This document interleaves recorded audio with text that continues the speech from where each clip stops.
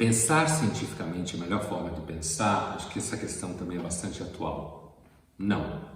Ela é uma forma importante de pensar e necessária. E fundamental. Por exemplo, quando você está lidando com gente tonta, tipo terraplanista.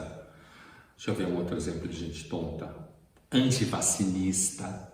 Aí é importante pensar cientificamente. Ou quando você está lidando com gente delinquente, tipo Bolsonaro, também é importante pensar cientificamente. Procurar certos parâmetros epidemiológicos. Porém, para tudo não. Não existe forma melhor de pensar. Se você pensar filosoficamente e rigorosamente a sua vida inteira, você não vive. Não dá para viver uma vida plenamente filosófica o tempo inteiro. Isso vai fazer mal para você, para as pessoas à sua volta. O que eu não estou dizendo é que pensar rigorosamente não cause certas consequências de temperamento e comportamento que às vezes podem não ser as melhores. Mas não é. Pensar cientificamente, por exemplo, em termos políticos sociais, pode chegar a formas fascistas, aliás, como chegou, né? Se você chegar à conclusão, por exemplo, que pessoas que são improdutivas e que vão significar grande gasto e pouco retorno para a sociedade não deve existir, né? Você está fazendo um raciocínio completamente lógico em termos econômicos, mas é um crime. Mas muita gente pode achar que isso é pensar cientificamente, certo? Então, por exemplo, agora a gente está vivendo um momento super delicado, que é o debate sobre controle de comportamento para combater a epidemia. E veja, a sutileza dessa discussão é pouco afeita à estrutura das redes sociais, que tendem ao debate empobrecido, na maior parte das vezes, a boçalidade contemporânea, que é todo mundo falando sobre um monte de coisa que nunca leu uma linha, certo? Tende também a certos discursos políticos de controle, certo? Por quê?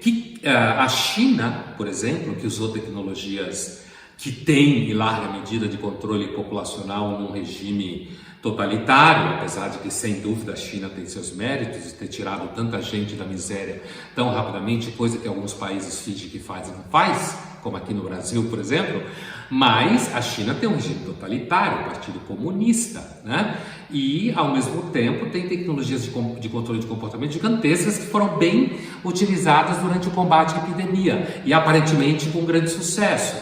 Então, fica aquela discussão, né? Marcas chiques do mundo do Silicon Valley, que deve ser um mundo que reúne grandes avanços tecnológicos e muita gente boba, né? Cheio de gente boba, acreditando que a tecnologia em redes sociais vai fazer seres humanos melhores, mas tem marcas aí oferecendo tecnologias para controle via celular, para passaporte imunológico, certo? E aí você tem uma necessidade correndo mesmo, tem um debate difícil, né? Entre aqueles que acham que você pode retirar direitos de circulação em nome ao combate à epidemia e aqueles que acham que não se pode tirar direitos de circulação. Eu acho que esse debate é um debate que ainda está acontecendo. Não acho que nenhuma das duas posições tenha clareza suficiente para afirmar se, de um lado, epidemias necessitam de controles mais rígidos de comportamento, por outro lado, você autorizar o Estado e o mercado a desenvolver tecnologias de controle sob a promessa que depois vão voltar atrás. Pode também aparecer a história da carochinha, né? A gente conheceu uma história.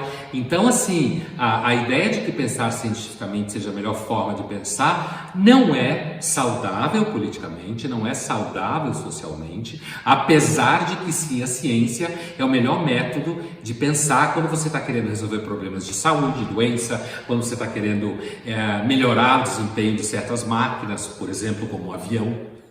Certo? Melhorar o desempenho. E um outro terreno que eu acho que pensar cientificamente não faz tão bem assim é nos seus vínculos familiares e afetivos.